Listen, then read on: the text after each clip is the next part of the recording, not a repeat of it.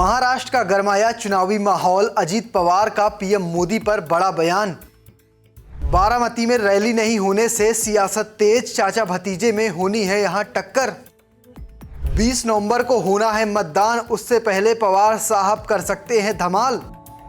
महाराष्ट्र चुनाव का बिगुल बज चुका है, सभी पार्टियों ने प्रचार प्रसार में पूरी जान झोंक दी है। सभी पार्टियों के स्टार प्रचारकों की लिस्ट और रैली की जगह भी सामने आ चुकी है। लेकिन बारामती सीट फिर से चर्चा पे आ गई है, क्योंकि पहले कहा जा रहा था कि इस सीट पर प्रधानमंत्री मोदी की एक रैली होनी है, लेकिन फिलहाल खबर आ रही है कि पीएम मोदी बारामती नहीं जाएंगे। इस मुद्दे पर अजीत पवार से सवाल पूछा गया तो उन्होंने चौंकाने वाला जवाब दिया। तो चलिए आपको इस वीडियो में दिखाता हूं कि अजीत पवार ने ऐसा क्या कहा जिससे सियासत तेज हो गई और बारामती सीट का इतिहास क्या है। महाराष्ट्र में इस बार महाविकास आघाड़ी और महायुति गठबंधन में मुकाबला है। इस वजह से सभी पार्टी के नेता एक दूसरे के लिए प्रचार प्रसार कर रहे हैं। इन सब के बीच एक बड़ी खबर तेजी से निकल कर आ रही थी कि प्रधानमंत्री मोदी बारामती में चुनावी रैली नहीं करेंगे। जब इस बारे में डिप्टी सीएम अजीत पवार से पूछा गया तो उन्होंने कहा कि प्रधानमंत्री नरेंद्र मोदी को उन्होंने बारामती क्षेत्र में चुनावी रैली करने का अनुरोध ही नहीं किया है। दादा ने इसके पीछे का कारण बताया और कहा कि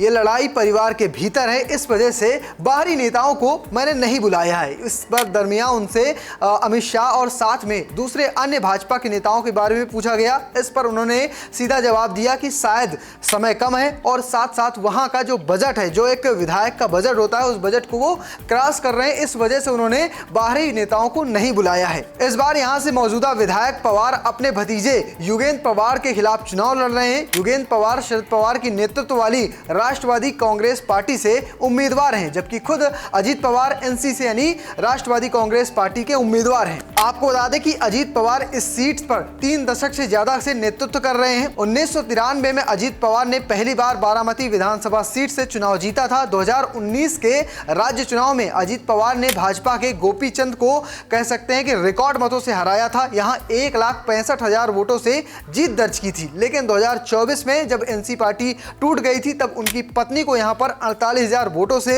हार का सामना करना पड़ा था, क्योंकि यहां से सुप्रिया शरद पवार गुट से उम्मीदवार थी। फिलहाल अपने उम्मीदवार की रैली में अजीत पवार ने क्या कुछ कहा, चलिए आपको वो सुनवा देते हैं। तो सबको साथ हम जा रहे हैं, सबको लेके जा रहे हैं। हम शिवशाहू फुले अम्बेडकर की विचारधाराओं से आगे जाना चाहते हैं और सभी जो अपने महाराष्ट्र के लोग हैं, सभी जात के हो या धर्म के हो, सबको अपने को साथ लेके ही महाराष्ट्र आगे जा सकता है, महाराष्ट्र का विकास हो सकता है, ये मेरा भरोसा है। तो फिलहाल आपको क्या लगता है, क्या अजीत पवार के लिए रैली नहीं करना महायुति गठबंधन में फूट के संकेत है? कमेंट बॉक्स में लिख कर जरूर बताना और पेज को फॉलो करना, चैनल को सब्सक्राइब करना बिल्कुल भूलेगा। धन्यवाद।